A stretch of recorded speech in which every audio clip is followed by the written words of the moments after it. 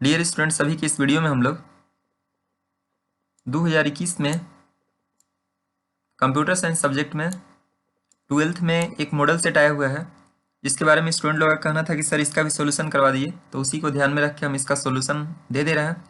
बाकी ये general instructions है, आप इसको पढ़ लीजिएगा कि सारा क्वेश्चंस जो है कंपलसरी है। सभी क्वेश्चंस को जो है अपने शब्दों में उत्तर देना है, और candidates are required to give their answer in their own words as practicable. जितना संभव हो अपने शब्दों में देना है। उसके बाद यहाँ पे कुछ अलग अलग सेक्शन में क्वेश्चन बटे हुए हैं, जिसको आप देख लीजिएगा। हम इसके बारे में कुछ कह नहीं रहे हैं। जैसे बोल रहा है कि 20 मल्टीपल चॉइस क्वेश्चन रह रहे हैं, और कुछ fill in the blanks question से 7 क्वेश्चन रह रहा है। फिर इस तरीके से अलग अलग है, आप इसको पढ़ लीजिएगा। हम सॉल्यूशन की ओर बढ़ रहे हैं। तो ग्रुप ए में देखिए क्वेश्चन क्या पूछा हुआ है। सबसे पहला क्वेश्चन पूछा है यहाँ पे कि the use of break statement in a switch statement is, मतलब अगर हम स्विच स्टेटमेंट अगर पढ़ाई कर रहे हैं, स्विच स्टेटमेंट का प्रयोग कर रहे हैं, तो उसमें जो ब्रेक प्रयोग किया जाता है, जैसे केस में जो ब्रेक प्रयोग किया जाता है, तो पूछ रहा है कि वो कैसा है। 4 ऑप्शन आपके सामने दिया हुआ है।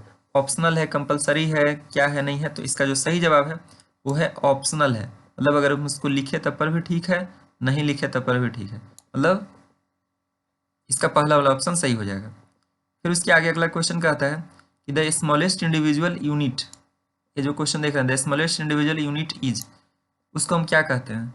तो C++ में जान ही रहे हैं, स्मॉलेस्ट इंडिविजुअल यूनिट का एक ही जवाब है, उसका जवाब है टोकन। तो यह वाला जवाब इसका सही हो जाएगा, टोकन। उसके बाद अगला क्वेश्चन पूछता है कि the keyword is use to define a structure is, अगर हमें स्ट्रक्चर बनाना हो तो उसके लिए कौन सा कीवर्ड यूज करते हैं। तो उसके लिए जो सही जवाब है, स्ट्रक्चर बनाने के लिए हम लोग स्ट्रक्ट कीवर्ड का प्रयोग करते हैं जब भी स्ट्रक्चर बनाना रहता है। तो उसके बाद पूछ रहा है कि base class is, base class क्या होता है, बेस क्लास कौन है। तो इसमें अलग अलग ऑप्शन दिया हुआ है कि बेस क्लास कैसा होता है, नॉर्मल होता है, डेराइव्ड होता है, चाइल्ड होता है, ऑल ऑफ दिस। तो देखिए बेस क्लास यहाँ पे जिस टाइप का ऑप्शन दिया हुआ है, तो बेस क्लास एक नॉर्मल क्लास जैसा हो गया है ना, जिसमें कुछ भी डाटा रख सकते हैं, कुछ काम कर सकते हैं। तो वो चीज़ होगा, उसी को हम लोग बेस के सेंस में पूछ रहा है। तो इसका आप नॉर्मल क्लास वाला आप इसको टिक मार पाएंगे, ये वाला इसका सही जवाब है।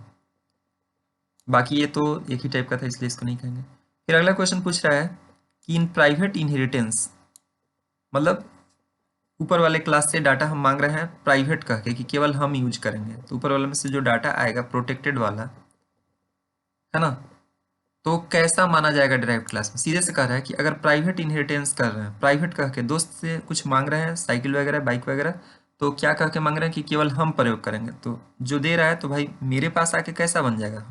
हम अगर खुद कह रहे हैं कि भाई केवल हम यूज करेंगे, किसी को नहीं दे रहे हैं, तो वो कैसा माना जाएगा, वो प्राइवेट माना जाएगा। सीधा से इसके एक ही जवाब है कि अगर हम प्राइवेट इनहेरिटेंस कर रहे हैं, तो किसी भी तरह का डाटा अगर बेस क्लास से आता है तो उसको प्राइवेट माना जाएगा। और बाकी डिटेल्स आप और भी जो वीडियो जिसका 30 डेज वाला वीडियो है, आप उसमें देखिएगा, सारा चीज़ मिल जाएगा। फिर उसके बाद हम अगला क्वेश्चन पे बात करें। पूछ रहा है कि a set of arithmetic operator, arithmetic operator इसमें कौन है।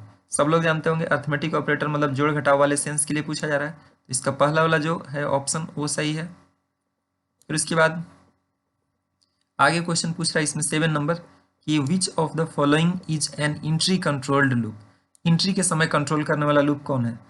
तो देखिए इंट्री के कंट्रोल लूप को ऐसे 2 भागों में हम लोग बांट रहे हैं, एक इंट्री वाला और एक एग्जिट वाला।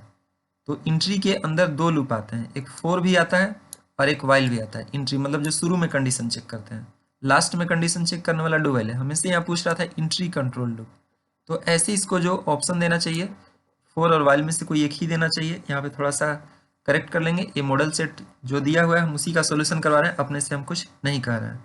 इंट्री कंट्रोल लूप के अंदर फॉर और वाइल दोनों है आता है, और एग्जिट कंट्रोल के अंदर लूप को जब हम लोग देखते हैं 2 भागों में, ए वाला आ जाएगा इंट्री के अंदर और यह जो हो जाएगा एग्जिट के अंदर। तो देख लीजिए इसमें फॉर भी सही है और वाइल भी सही है, ऐसा ऑप्शन उसको नहीं देना चाहिए। फिर उसके बाद अगला क्वेश्चन आ रहा है यहाँ पे कि which of the following is not a type of constructor, इसमें कंस्ट्रक्टर का टाइप कौन नहीं है। तो कंस्ट्रक्टर का जो टाइप होता है, जैसे default constructor, parameterise constructor, copy constructor, तो इसमें पूछा कंस्ट्रक्टर का टाइप कौन नहीं है। तो फ्रेंड कोई कंस्ट्रक्टर का कोई टाइप नहीं है, तो ये इसका जवाब हो जाएगा। फिर अगला क्वेश्चन पूछ रहा है स्कोप रिजोल्यूशन ऑपरेटर कौन सा है। तो देखो स्कोप रिजोल्यूशन ऑपरेटर सीधा पहचान लीजिए, जो चार्ट और बिंदु टाइप का है इसी को हम लोग बोलते हैं स्कोप रिजोल्यूशन ऑपरेटर। तो यह इसका सही जवाब हो जाएगा। फिर उसके बाद पूछ रहा है कि in object oriented programming by wrapping up characteristics and behaviour into one unit we achieve, इसको क्या कहते हैं। मतलब कह रहा है कि रैपिंग मतलब तोड़ के मोड़ के, है ना, सारी चीज़ को एक साथ रखने वाले टर्म को क्या कहते हैं। तो इसका बस एक ही जवाब होता है कि एक साथ मोड़ने के लिए अगर रखने के लिए कह रहा है तो इसका सीधा सा जवाब होता है इनकैप्सुलेशन, इसका सही जवाब हो जाएगा, डाटा इनकैप्सुलेशन। अगला क्वेश्चन पूछ रहा है कि डीबीएमएस स्टैंड्स फॉर, डीबीएमएस का फुल फॉर्म क्या होता है। इसका फुल फॉर्म सब लोग को पता होना चाहिए, डाटाबेस मैनेजमेंट सिस्टम, ये इसका फुल फॉर्म हो जाएगा। फिर उसके बाद अगला क्वेश्चन पूछ रहा है कि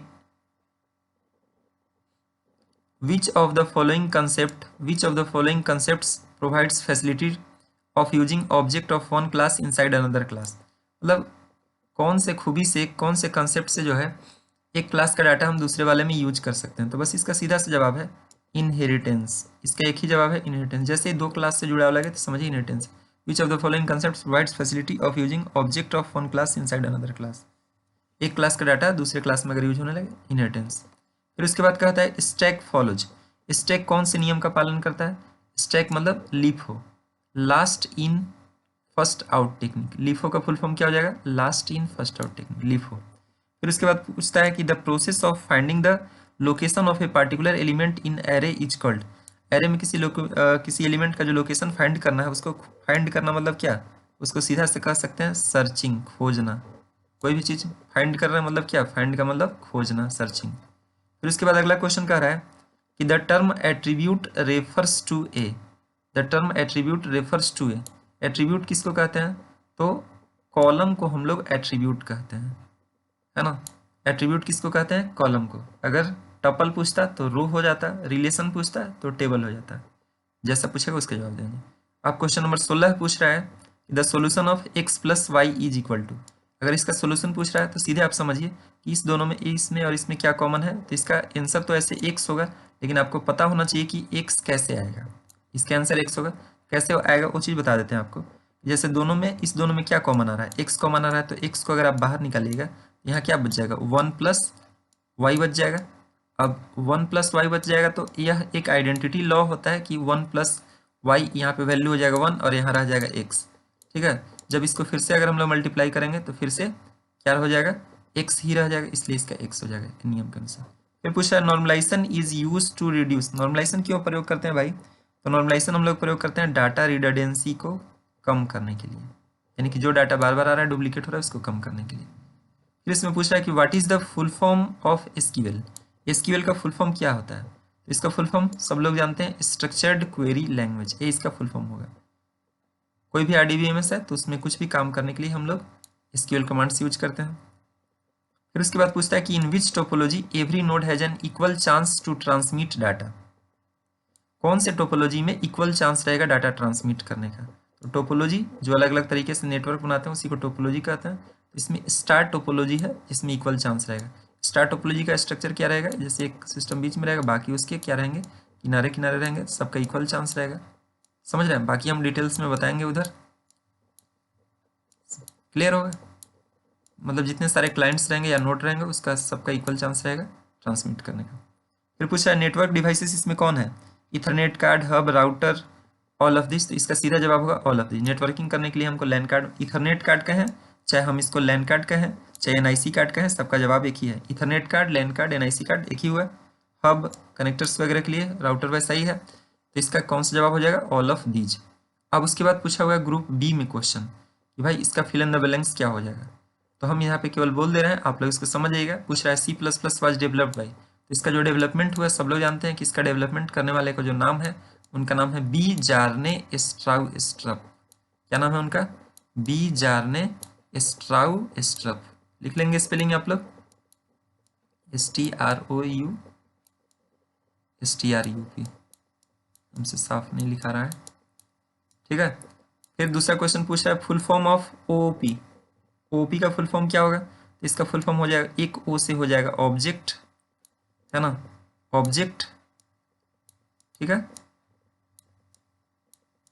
ऑब्जेक्ट। और दूसरे वाले ओ से हो जाएगा ओरिएंटेड, ऑब्जेक्ट ओरिएंटेड। और पी से हो जाएगा प्रोग्रामिंग, ORIENT, स्पेलिंग अच्छे से लिख लिया। पी से क्या हो जाएगा हम लोग का प्रोग्रामिंग।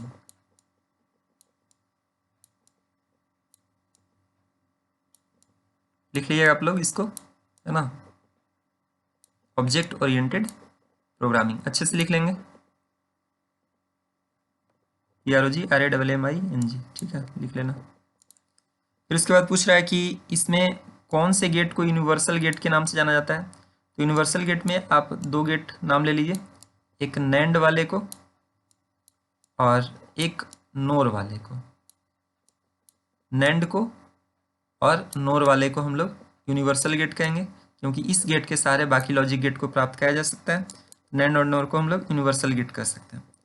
फिर अगला पूछ रहा है the header file of set W. Set W जो विड्थ सेट करने के लिए यूज किया जाता है, ये कौन से हेडर फाइल से बिलोंग करता है। तो इसको लिख देंगे IO manip.h। IO input output manipulation के लिए IO manip.h इस हेडर फाइल से बिलोंग करेगा। एस इंक्लूड IO manip.h आप लिख दीजिएगा अच्छे से। ये पूछ रहा है the header files of set W, IO manip.h लिख दीजिएगा। फिर पूछ रहा है कि commands is use to find the structure of a database. Database का स्ट्रक्चर अगर फाइंड करना हो कि कैसे बना हुआ है, तो उसके लिए कौन से कमांड यूज करते हैं। तो उसके लिए हम लोग डिस्क कमांड यूज करते हैं डिस्क्रिप्शन के लिए, DESC, डिस्क, है ना। डिस्क कमांड हम लोग प्रयोग करते हैं। सिंटेक्स इसका क्या होता है, डिस्क और उसके बाद हम टेबल का नाम जो लिख देंगे ना, टेबल का नाम और सेमीकोलन, तो हमें स्ट्रक्चर मिल जाएगा। फिर पूछा है स्टैक कीजिए और यहाँ डाटा स्ट्रक्चर। तो यहाँ पे क्या भाई, स्टैक कैसा डाटा स्ट्रक्चर है। तो स्टैक जो है लीनियर डाटा स्ट्रक्चर है। लीनियर मतलब अपने सारे एलिमेंट्स को सीक्वेंस में। स्टैक बताया था ना आप लोग को, जैसे प्लेट वगैरह शादी विवाह में रहता है, एक दूसरे के ऊपर प्लेट जो रहता है लीनियर सेट वाला, तो वही प्लेट का बात हो रहा है। तो स्टैक कैसा है, लीनियर डाटा स्ट्रक्चर है। बढ़िया से पढ़ लेंगे आप लोग, लीनियर LINEAR, लिखा नहीं रहा माउस से अच्छे से। फिर अगला क्वेश्चन पूछ रहा है कि was the first network based on TCP/IP protocols, है ना। कौन सा जो था पहला जो नेटवर्क था TCP/IP मॉडल पे था, उसके बारे में पूछ रहा है। तो देखिए सबसे पहले ऐसे नेटवर्क का जो कहानी है ना, ARPANET से शुरू होता है। तो ARPANET आप लिख देंगे, ARPANET क्या हो जाएगा हम लोग का, ARPANET अच्छे से लिख लीजिएगा आप, ARPANET, ARPANET। हाँ तो इसका जवाब क्या हो जाएगा, ARPANET, ARPANET, advance research project agency network. ये जो पहला नेटवर्क था जो TCP/IP प्रोटोकॉल पे बेस्ड था, आधारित था।